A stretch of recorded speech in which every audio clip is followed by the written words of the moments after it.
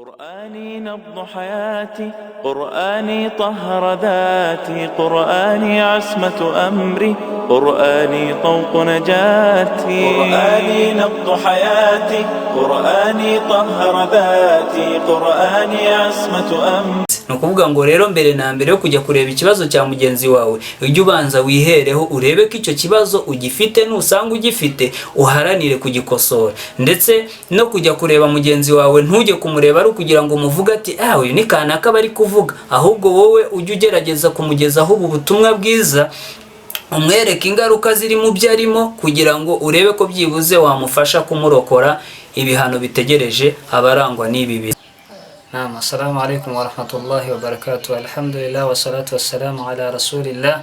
Reka dukomeze isomo ryacu afatul lisan, indwara z'ururimi, dukomereze aho twacumbikiye ubushize.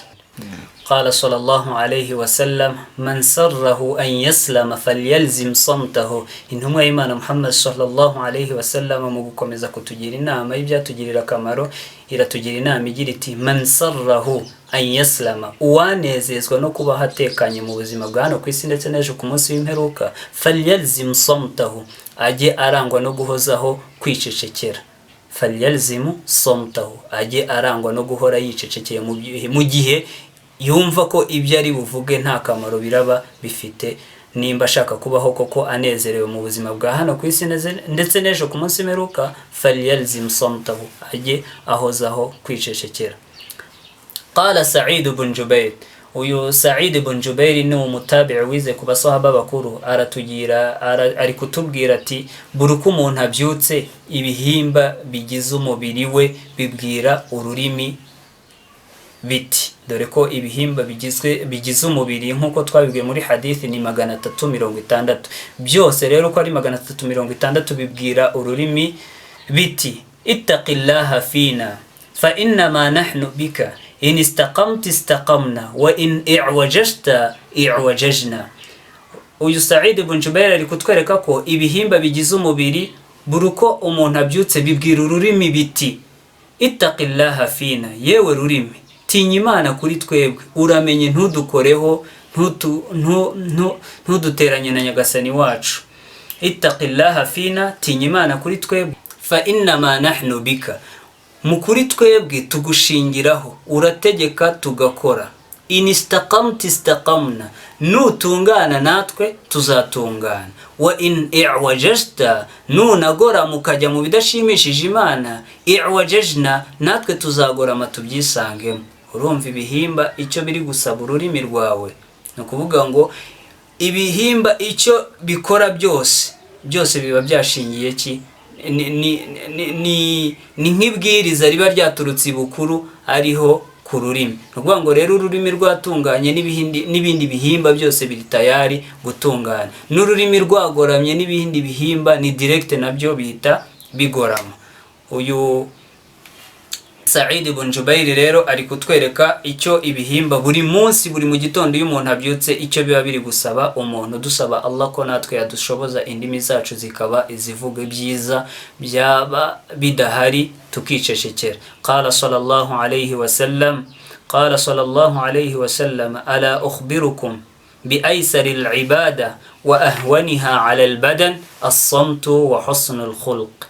Rasul sallallahu alayhi wa sallam yaratubwiye ati ese mbereke mbarangire aysaril ibada yoroshye, wa ahwaniha ala albadan, ndetse n'umubiri ukaba wayishobora. Iyo ibada rero nta yindi Rasul sallallahu alayhi wa sallam yatubwiye ni as-samtu wa husnul khulq, nuguceceka ndetse no kurangwa n'imico myiza. Ni ibada yoroshye ndetse n'umubiri bikaba biyoroheye kuyishyira mu bikorwa, kwicecekera no kurangwa n'imico myiza.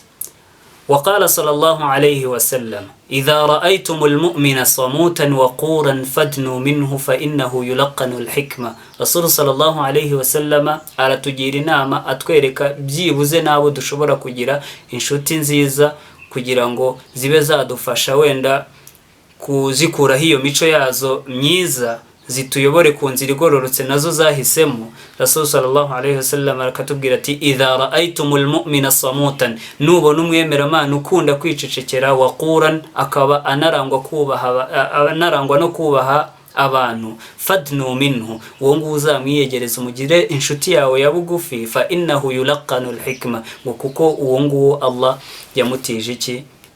Ubugenge. Uwo Allah yamutije ubugenge.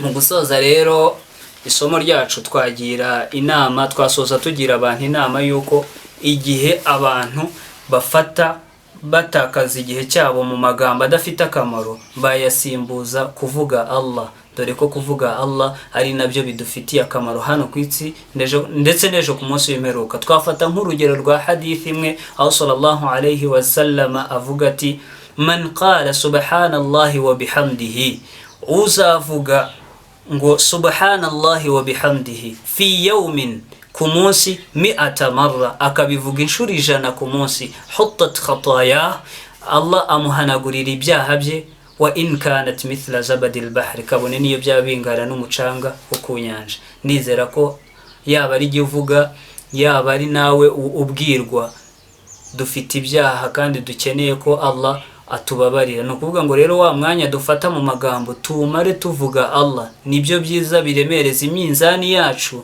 ndetse Allah akanatubabarira ibyaha byacu. Wa sallallahu wa sallama ala nabiyyina wa ala alihi wa sahbihi ajma'in. Assalamu alaykum wa rahmatullahi wa barakatuh. قرآني نبض حياتي، قرآني طهر ذاتي، قرآني عصمة أمري، قرآني طوق نجاتي. قرآني نبض حياتي، قرآني طهر ذاتي، قرآني عصمة أمري، قرآني طوق نجاتي. آيات الله حمتني غمرتني بالبركات، تحفظني من همزات الشيطان ومن زلاتي. آيات الله حمتني غمرتني بالبركات، تحفظني من همزات الشيطان ومن زلاتي. قرآني نبض حياتي، قرآني طهر ذاتي، قرآني عصمة أمري، قرآني طوق